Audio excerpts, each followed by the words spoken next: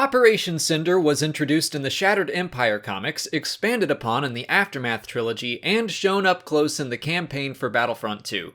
Part of the Emperor's contingency plan involved attacks on notable worlds throughout the galaxy using a climate disruption array of satellites. But did you know that the Cinder satellites may have had their origins in Star Wars Legends? Reddit user Ronin Jedi in the Maw installation subreddit figured this out, and I thought it was very interesting. I'll link to his original post in the description. Ronin takes us back to the 1980 comic called The Second Kessel Run and a device called the Ion Ring, which was, get this, a satellite with a modulated ionic beam that could influence planetary weather systems. It was meant to be used for terraforming planets, but Imperial Captain Bzorn saw its potential as a weapon. He unleashed destructive storms on planets sympathetic to the rebellion until it was destroyed.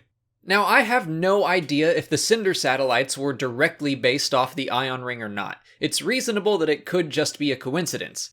The Ion Ring is just one array, whereas the Cinder satellites are spread out across a planet.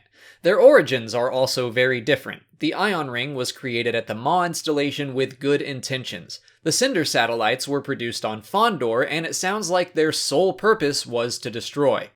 On the other hand, their similarities are too much to ignore. A satellite that can produce world-ending storms. There's also precedent for Lucasfilm mining very old and obscure comics for updated storylines. The Dr. Aphra comics brought back the ancient Force user Rur as the leader of the Ordo Aspectu, a man who embedded his consciousness into a computer. In Legends, a character named Rur did the same thing as the head of the Order of the Terrible Glare. Again, the two stories have differences, but enough similar ideas that it has to be more than coincidence. And while we're talking about world-ending climate satellites, I feel like we should mention the Orbital Nightcloak. Like the Cinder satellites, it was a network of satellites that would orbit a planet blocking all sunlight to its surface. They would create complete darkness and eventually turn the world to solid ice, killing all life there.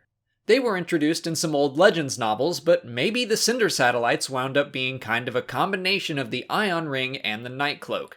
What do you guys think? Coincidence or inspiration? Let me know in the comments. And check out Ronin Jedi's Reddit post because I think this is a pretty impressive catch.